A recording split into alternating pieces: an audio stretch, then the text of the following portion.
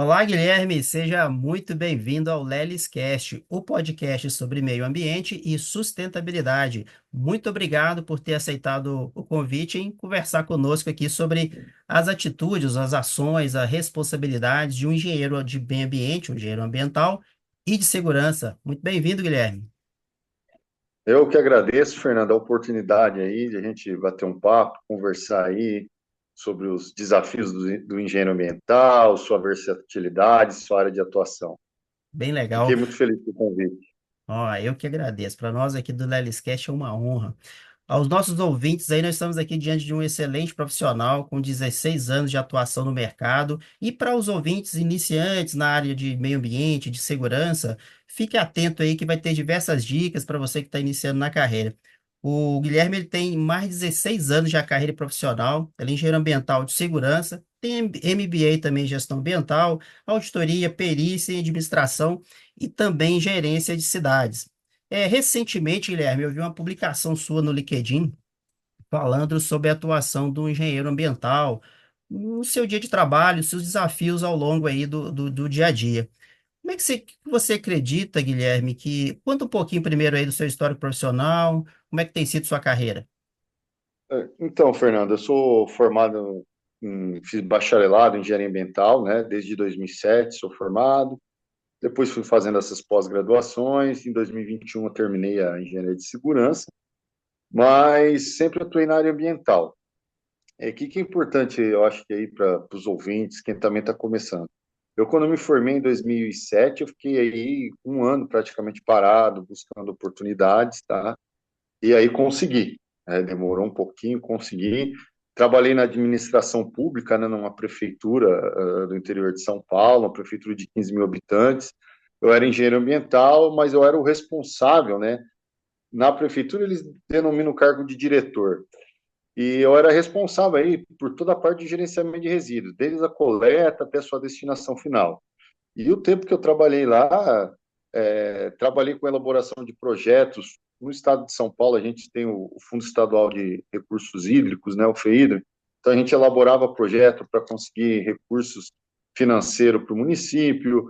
Trabalhei em duas ampliações do aterro sanitário municipal lá. Regularizamos o cemitério na época que eu era responsável. Nós depois fechamos, na época que saiu o CAR, né, o Cadastro Ambiental Rural, a gente fechou um convênio com o governo do estado de São Paulo. Lá eu acho que eu fiz mais de 300 CAR para propriedades rurais pequenas, né, gratuito. Então, assim, foi uma experiência muito gratificante, assim, muito boa. E eu falo que ela me deu um suporte que muitas vezes as pessoas não têm no meio acadêmico. Quando a gente está no meio na academia, a gente sai um pouco cru. E você vai entender o que eu vou estar falando. E muitas vezes a gente não tem um traquejo na gestão de pessoas, como tratar, conversar, né? Eu acho que talvez isso falta muito na grade curricular e hoje de grandes faculdades, essa parte de gestão de pessoas, né? Trabalhar, se relacionar. Depois, eu teve um tempo aí de 2011 a 2012, eu fiquei no Espírito Santo, né? Trabalhei numa construtora de São Paulo, que estava fazendo uma obra no complexo de Tubarão, da Vale, no Espírito Santo. Ela fazia bases civis, eram grandes blocos de civis, para instalação de torres metálicas. Lá eles fizeram, não sei se os ouvintes já ouviram falar, o Wind Fence, né? Que é uma proteção de uma tela Particulado? de proteção contra vento, né? Contra arrasto de material particulado aí dos pátios de carvão de minério. Isso. Lá eu era responsável pela parte do SGI mesmo, né? Respondia a matriz de São Paulo, mas eu era o ponto focal lá na obra. Então, eu trabalhei com plano de gestão ambiental, plano de qualidade de obra, plano de gestão de resíduo, né? Nas certificações. Volto, né? 2013 eu volto lá para o interior de São Paulo, trabalhei até 2016 com essas atividades que eu já discorri, e depois eu vou trabalhar numa empresa do setor de geração de energia elétrica, onde eu estou até hoje, né? Trabalhando na área de geração de energia elétrica. E- Hoje, dentro da empresa, eu sou responsável aí pela pela parte de alguns programas ambientais aí que estão vinculados aí a 8 empreendimentos hidrelétricos, 2 pequenas centrais. Então, toda a implantação de projetos de restauração ecológica que estão voltados ao licenciamento ambiental passa por mim, e a parte de socioambiental, né? Toda a parte de educação ambiental também eu estou atrelado, tá vinculado às minhas atividades. Como Legal. a empresa é certificada na 14001, eu dou um suporte aí, trabalho também com um especialista nessa área para manter as certificações. Acho que eu resumi Um aí resumão, né? um pouco das atividades aí. Ô, Guilherme, legal. Eu gravei até um podcast sozinho, que a gente chama de Solocast, onde eu falei o que faz um analista de meio ambiente, que era o meu cargo anterior, e depois eu gravei, né, uma outra pessoa, a visão de uma própria analista de meio ambiente, posso citar o nome dela, né? A Emiliane, era uma ex-colega de trabalho. Hoje não é mais, mas enfim, de carreira, e ela também falou alguma coisa sobre o que faz um analista ambiental. E aí, como a gente não tinha conversado com nenhum engenheiro ambiental e de segurança, aí, Guilherme, você falou um pouquinho sobre aterro, vocês até regularizaram o cemitério, você só falou sobre o cadastro ambiental rural. Não, a gente não precisa entrar nesse detalhe, porque ou em outro assunto a gente pode falar sobre isso, não é muito detalhe, né? A gente quer falar assim da gestão ambiental mesmo e das atividades do dia a dia. Você falou um requisito bem importante, independente da área de atuação, seja um biólogo, seja um engenheiro ambiental, é a relação com as pessoas, é aquele trabalho de liderança. Então, é um dos requisitos. Cite mais alguns requisitos aí, Guilherme, assim, é uma espécie de conselho, uma espécie de profissional gabaritado que é É, você, para o jovem. Ó, se você entrar, gestão de pessoas, e aí lista mais alguns requisitos aí, para que os nossos ouvintes aí, iniciantes, ou até quem já está no dia a dia, né, se atente para a carreira do engenheiro ambiental de segurança. então, só complementando também, Fernanda, eu sou formado em engenharia e tudo, mas hoje o cargo que eu atuo é como analista também, tá? De meio ambiente. Ah, tá certo. A gente é formado em engenharia, mas também atuo como analista, né? Legal. E aí entra uma outra discussão dos É, conselhos de classe. Fica por uma outra hora. Mas verdade. então, o que eu vi nesses anos aí, né? Na parte de engenharia, gestão de pessoas. Então, assim, sempre está um bom relacionamento, o respeito aos colegas de trabalho, né? Eu falo que a gente nós não precisamos gostar de todo mundo, mas devemos respeitar todos. Acho isso é muito importante. Atualizações, eu acho que um bom engenheiro aí, tá na área de mental de segurança, mas com todas as profissões, tem que estar atualizado aí com a legislação ambiental, com cursos. Às vezes a gente não tem recurso para fazer, né? A gente sabe que alguns cursos são caros, mas que nem. Você tem cursos muito bons. Recentemente eu fiz um pelo Senar, gratuito, que é do o ISG no ambiente rural, né? No meio ambiente rural. Uma ótima didática do Senar, né? Até acho que nós temos que ressaltar. Quer dizer, é um curso gratuito que deu me abriu bastante a mente aí e dá oportunidades de futuros projetos, né? Legal. O governo aí, só falando, tem um plano ABC, que é o plano de descarbonização aí da área agrícola, e há muitas oportunidades aí dentro. Acho que a gente pode citar, né, para quem está começando e para quem não conhece, o engenheiro ambiental, a gente tem uma resolução do CONFEA, que é a 477 de 2000, lá no artigo 2º, está lá regulamentando as atribuições do engenheiro ambiental. Aí ela chama uma outra resolução do CONFEA, a 218 de 73, lá tem as atribuições do engenheiro, que vai desde supervisionar, coordenar, orientações técnicas, né? A gente pode trabalhar também com estudo de viabilidade econômica, na parte de perícias, né? Projetos ambientais. Eu recomendo muito assim, na parte de outorga, de recursos hídricos, né? Então, assim, é um campo também bastante amplo. A gente sabe que a gestão dos recursos hídricos é bastante ampla, está ganhando aí a gente está sofrendo com escassez, então a parte de outorgas está aí e estando atualizando. Para você ter uma ideia, eu trabalho no setor de geração de energia e recentemente a Agência Nacional de Água e Saneamento publicou uma resolução, que é um 188 de 2014, que fala do automonitoramento das outorgas, né? Do uso da água pelos usuários já regularizados, já outorgados. Então, aí, ó, para quem tá nessa área, prestar atenção, tem que, a partir de algum, como que nós podemos dizer, de um range, de uma métrica lá, você já tem que começar a fazer esse automonitoramento, tá? Então, aí, abre o campo para o engenheiro ambiental. Na parte de restauração florestal que eu trabalho, agora, 1º de julho, aí saiu uma instrução normativa do IBAMA, fresquinha aí, do plano de recuperação de áreas degradadas, estou até lendo para me aperfeiçoar, porque eu trabalho com isso. Então, aí é um campo também que surge aí para o pessoal, né? E Guilherme, aí a deixa gente eu pode só. falar.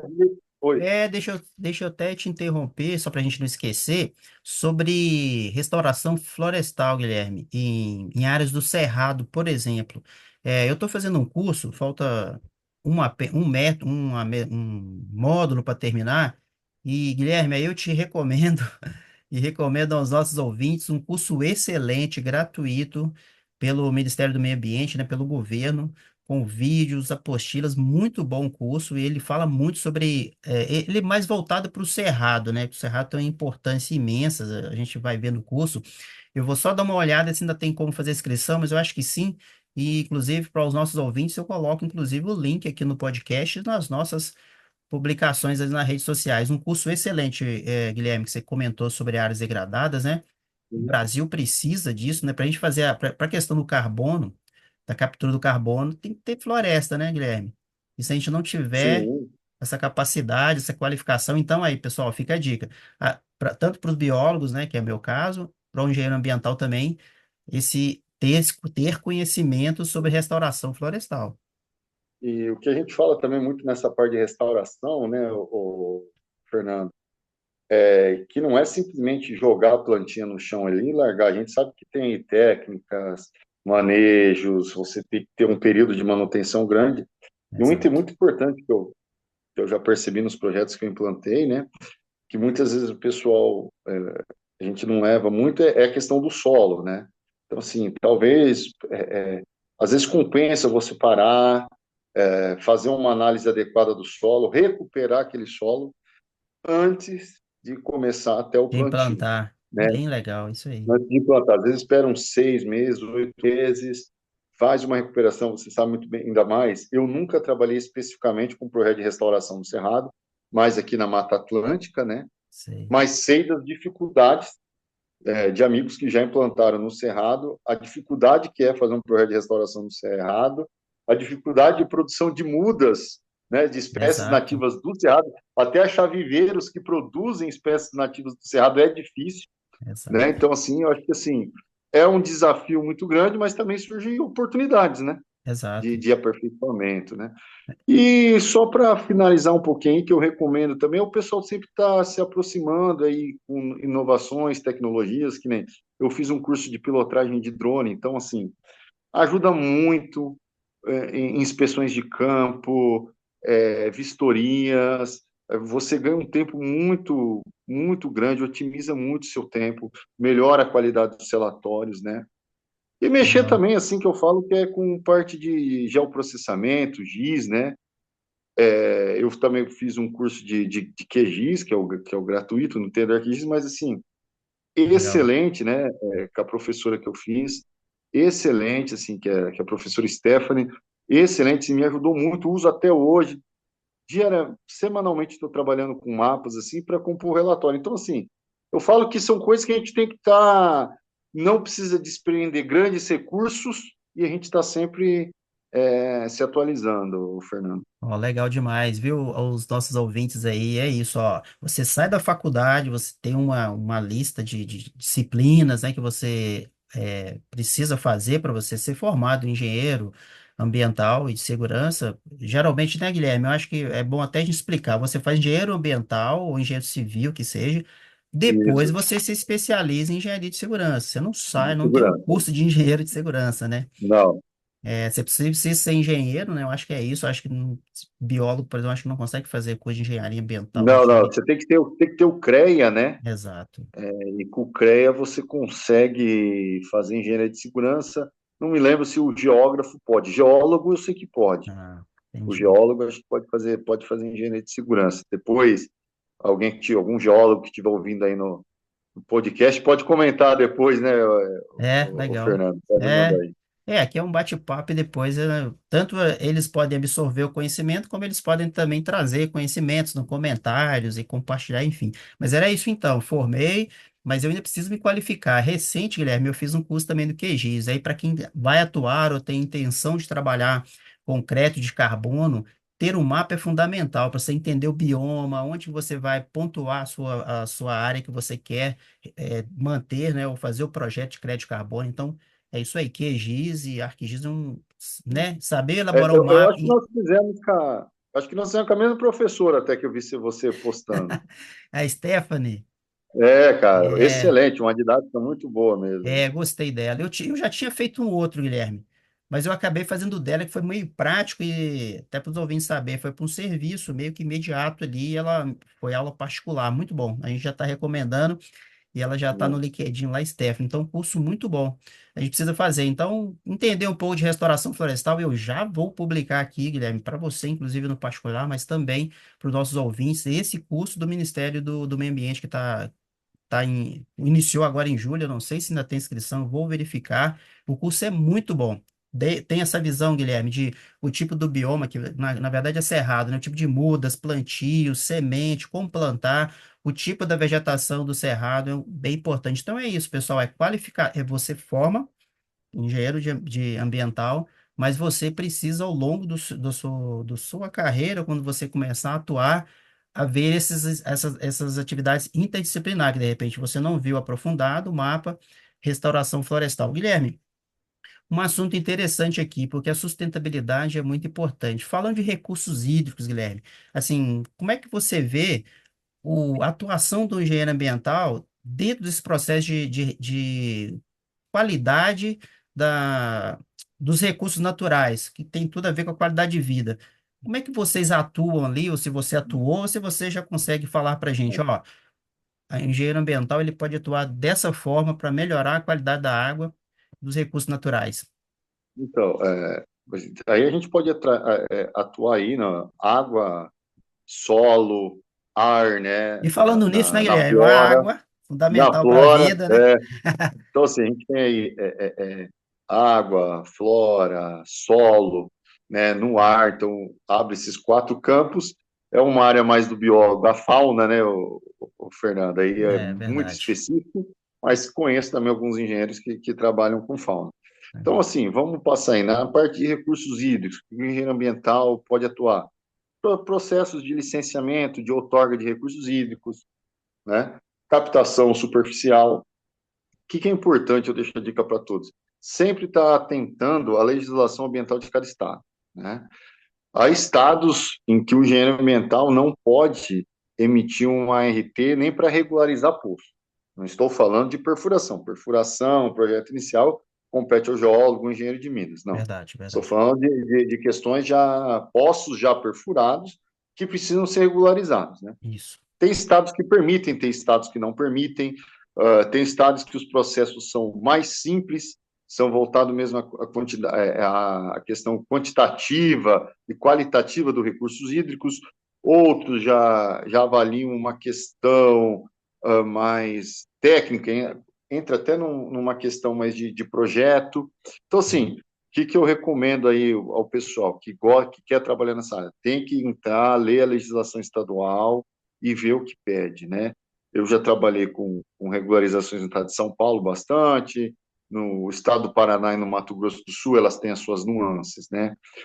Na parte de superficial, tenho amigos e conheço bastante engenheiros também que trabalham na parte de liminologia, qualidade de água, né? Água de reservatórios. A ANA, se eu não me engano, a Agência Nacional de Águas tem um curso muito bom aí, gratuito, fica aí sobre qualidade de água em reservatórios, tá? Então, abre Interessante. esse campo de atuação.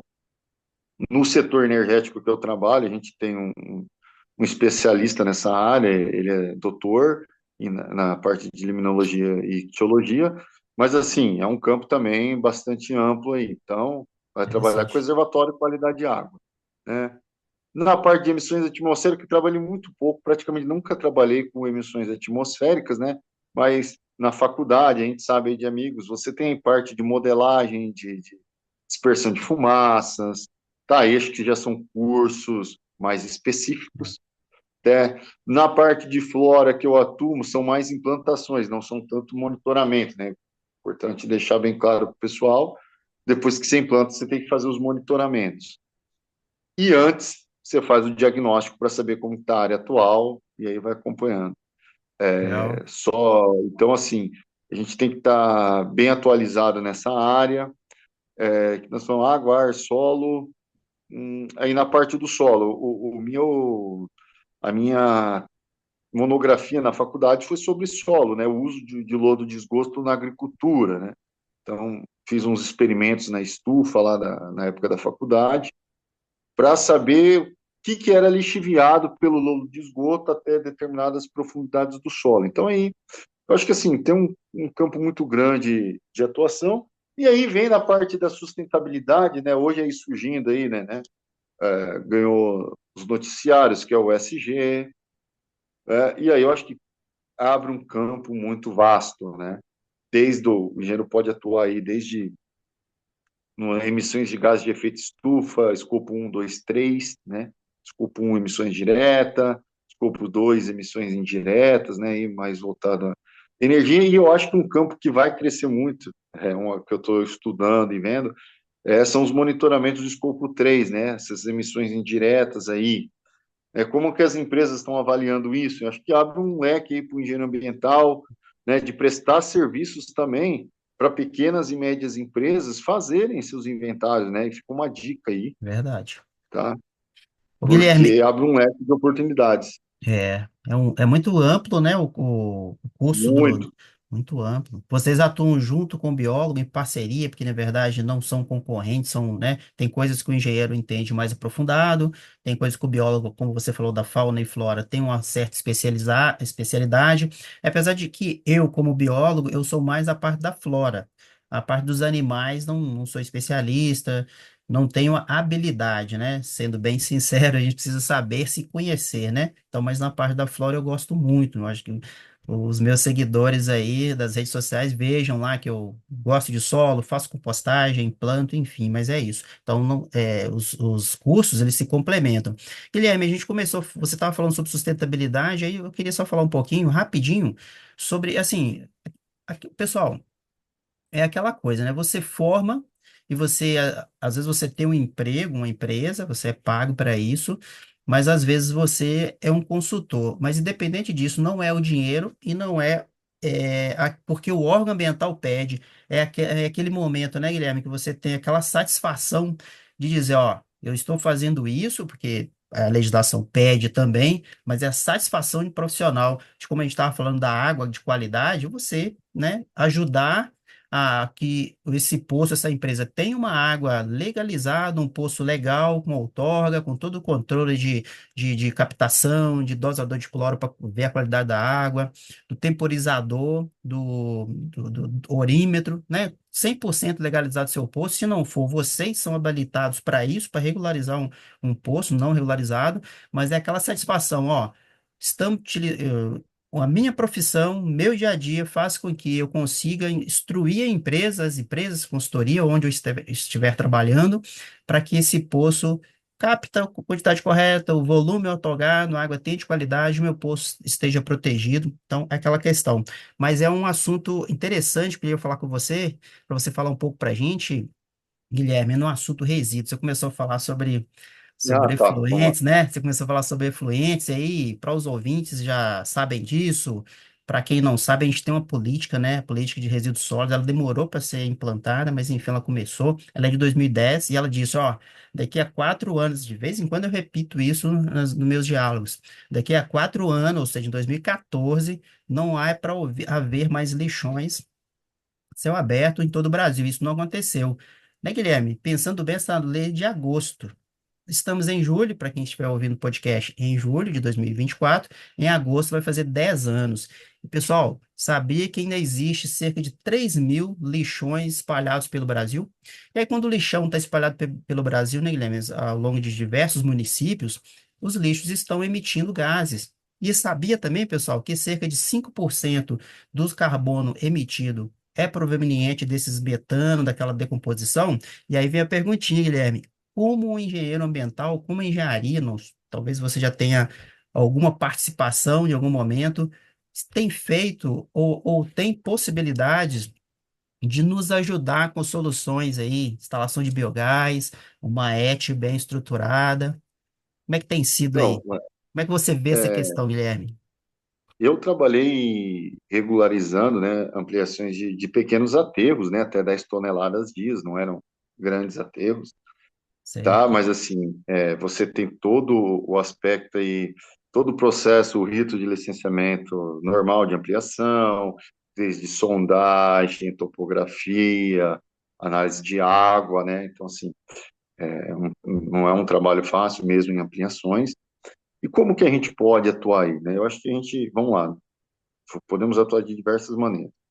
Uma maneira, entender que a Política Nacional de Resíduos Sólidos, ela vai estar sempre, estará junto aí com a questão da sustentabilidade, ou seja, ela vai ser uma ferramenta aí no processo de mitigação dos riscos socioambientais. Eu vou usar ela isso, para mitigar os riscos socioambientais da minha companhia. Então, assim, exato. qual que é uma atuação grande que eu acho que o engenheiro ambiental tem também? Dentro dessa parte. As autorizações ambientais que os estados têm, o governo federal já lançou um modo, que é o CINIR, né, é o CINIR, se eu não estou enganado, é o CINIR, para movimentação de resíduos, né, que você faz o manifesto de transporte de resíduos. Aí Isso, está um campo muito aberto aí, pessoal, para consultorias, né? As empresas precisam declarar onde elas estão mandando o seu resíduo, como que elas estão movimentando. Se ela sai do ponto A ao ponto B, você tem que ter um manifesto para onde você está levando, aonde você está destinando o seu resíduo adequadamente, né? Não estou jogando em qualquer lugar, né? exato. É um tema delicado, mas saiu uma reportagem há pouco tempo e eu sempre fiquei com isso, né? Aconteceu agora no Rio Grande do Sul, aquele fato aí das enchentes, ou seja, uma quantidade enorme de resíduo foi gerada. E aí a gente tem que lembrar, a gente viu que as mudanças climáticas aí, não vou dizer, tá? A gente viu que essa chuva aí ocasionou essas enchentes. E, e agora? E o que depois que passou, onde vai esses resíduos? Aí a gente vem essa preocupação, né? Parte dos resíduos. Então a gente viu que já tem um aterro lá, pelo menos na reportagem, a fonte era que esses resíduos vão ser Um destinados a um aterro. aterro em Gravataí, que vai Tem chance tratar, de segregar um pouco. vai Triagem. triar, vai Exato. segregar e um restante vai ser É. destinado, né? Mas não adianta, vai para um É, aterro no final, né, Guilherme? Tem vai para o que. aterro final, né? Então, assim, essa parte de autorizações, né? Só voltando um pouco, né? Então, assim, é um campo aí, né? No estado de São Paulo, a gente tem o certificado de movimentação de resíduos de interesses ambientais, que é o CADRE, que a gente chama. Padre. Alguns estados têm as autorizações ambientais, algumas são vinculadas às licenças ou não. E como que a gente pode atuar? Também podemos estudar aí, falei lá no começo, projetos de viabilidade técnica. Peraí, aonde eu vou mandar o meu resíduo? Vamos lembrar que a gente tem aí economia circular, nós já temos uma política de logística reversa, temos uma política aí que veio de reciclagem. Então, ou seja, nós podemos fazer projetos dentro das nossas empresas. Como que a gente está tratando esse resíduo? Como que a gente está destinando? Então, mas vamos começar do começo, da segregação, né? Isso. Do acondicionamento, do armazenamento até a sua destinação.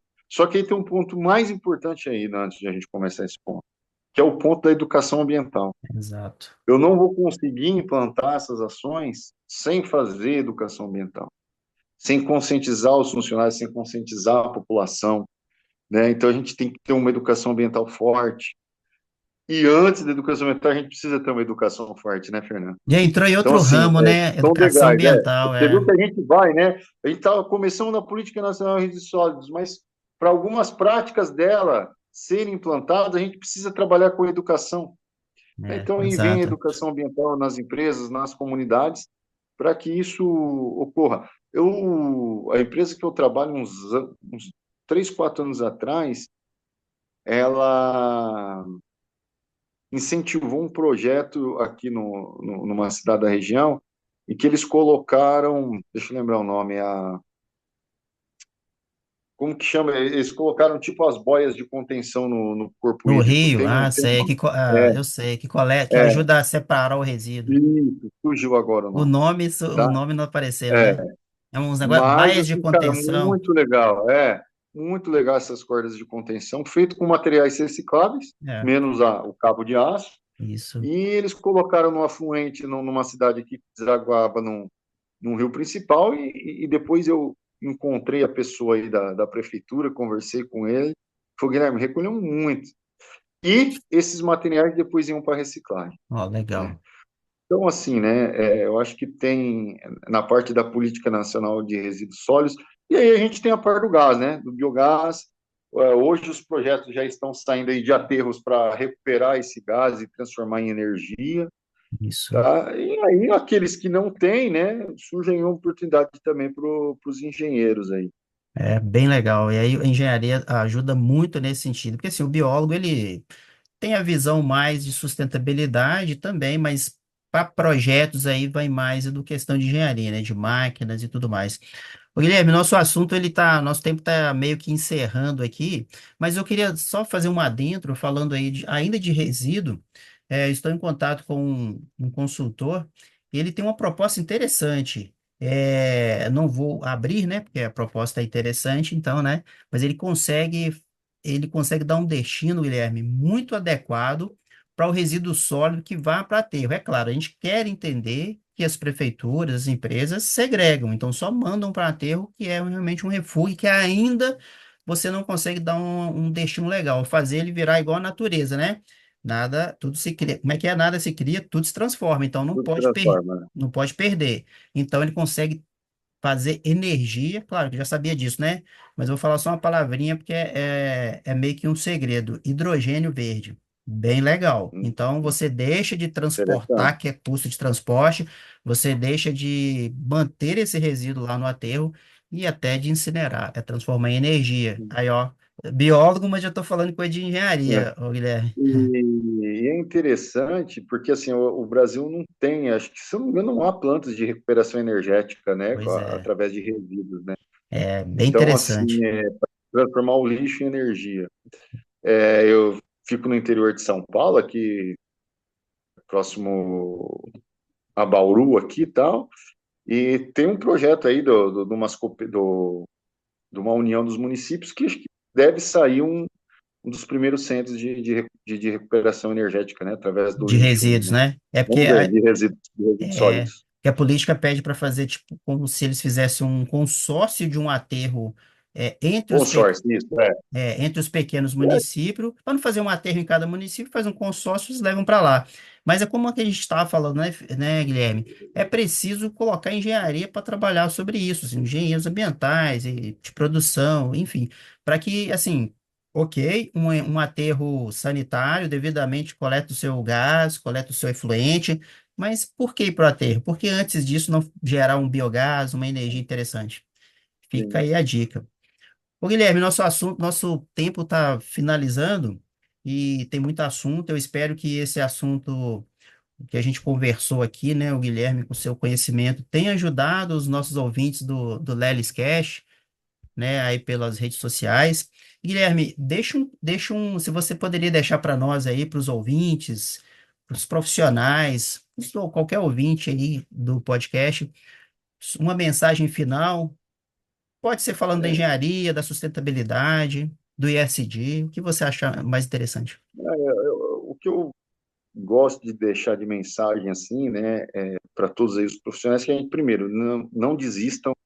A gente sabe que não é fácil, o trabalho é árduo, mas assim, pessoal, não desistam, estejam sempre se atualizando, estejam sempre, né, estudando, vendo aí. É que eu falei, há muito curso bom, grátis. Você tem o ENAP, você tem o Senar, você tem o Ministério do Meio Ambiente, o Ministério do Meio Ambiente estava, o IBAMA estava com o curso do Sinafor, de DOF, eu cheguei a fazer, então assim, tem muita coisa, muito. Vamos usar a internet aí também para as coisas boas, para se aperfeiçoar. E o que eu falo é o conhecimento, pessoal. Transmitam, não tenham medo de transmitir conhecimento, né? Eu falo que quando a gente transmite, a gente aprende mais e mais. Não estou falando para a gente sair as nossas ideias, sair distribuindo assim, não, calma, Estratégia, porque também a gente trabalha com consultoria, você tem que ter uma estratégia. Não, lógico, quando eu falo conhecimento, assim, às vezes você tem alguém que está com uma dificuldade, não custa ajudar o colega, legal. né? Não custa ajudar na empresa, fora da empresa, né? Eu acho que essa empatia a gente tem que ter, né? Transmitir esses conhecimentos. Lembrando, pessoal, não estou falando para vender consultoria de graça, não. Eu sei. As ideias, as boas novidades, a gente guarda e tenta desenvolver, tirar do papel, né? Que todo mundo tem. Então, eu acho que esse é um recado que eu deixo aí para todos, tá? Não desistirem, continuarem aí na luta e sempre estar se atualizando. A gente tem que se atualizar. E o Guilherme, eu posso colocar aqui o link do seu LinkedIn aqui do podcast? Pode, Podemos pode, compartilhar fique à nas redes vontade. sociais? Pode, e assim, meu LinkedIn tá ali, se alguém quiser me chamar, Guilherme, estou com uma dúvida num assunto. Se eu puder ajudar, eu vou ajudar, gente. Legal. Entendeu? Eu acho que a gente aprende duas vezes quando a gente transmite conhecimento. Então, muito bom. Em nome aí do Lelis Cash, eu te agradeço por ter aceitado o convite, estar falando com a gente aqui. Eu acho que esse bate-papo é interessante, né? Às vezes a pessoa sabe que o Guilherme é um engenheiro ambiental, que o Fernando é um biólogo, né? Já estava atuando na área de meio ambiente no momento, não. Mas enfim, mas eu acho que nesse momento, né, de que quem está dentro, está atuando, já tem uma experiência profissional, é muito importante, né? O amor pela profissão, compartilhar esse conhecimento. Então, eu te agradeço, Guilherme. E muito obrigado. E a todos os ouvintes de um podcast, até o próximo episódio com a despedida do Guilherme. Eu que agradeço aí a todos os ouvintes e agradeço, Fernando, pela oportunidade. Fizemos um curso há 2 anos atrás juntos e a gente sempre mandei conversas pelo LinkedIn. Isso que é legal, né? Você vê, não Legal. se perde o contato. Network, amizade e compartilhar conhecimento. A todos um abraço e até o próximo episódio. Um abraço.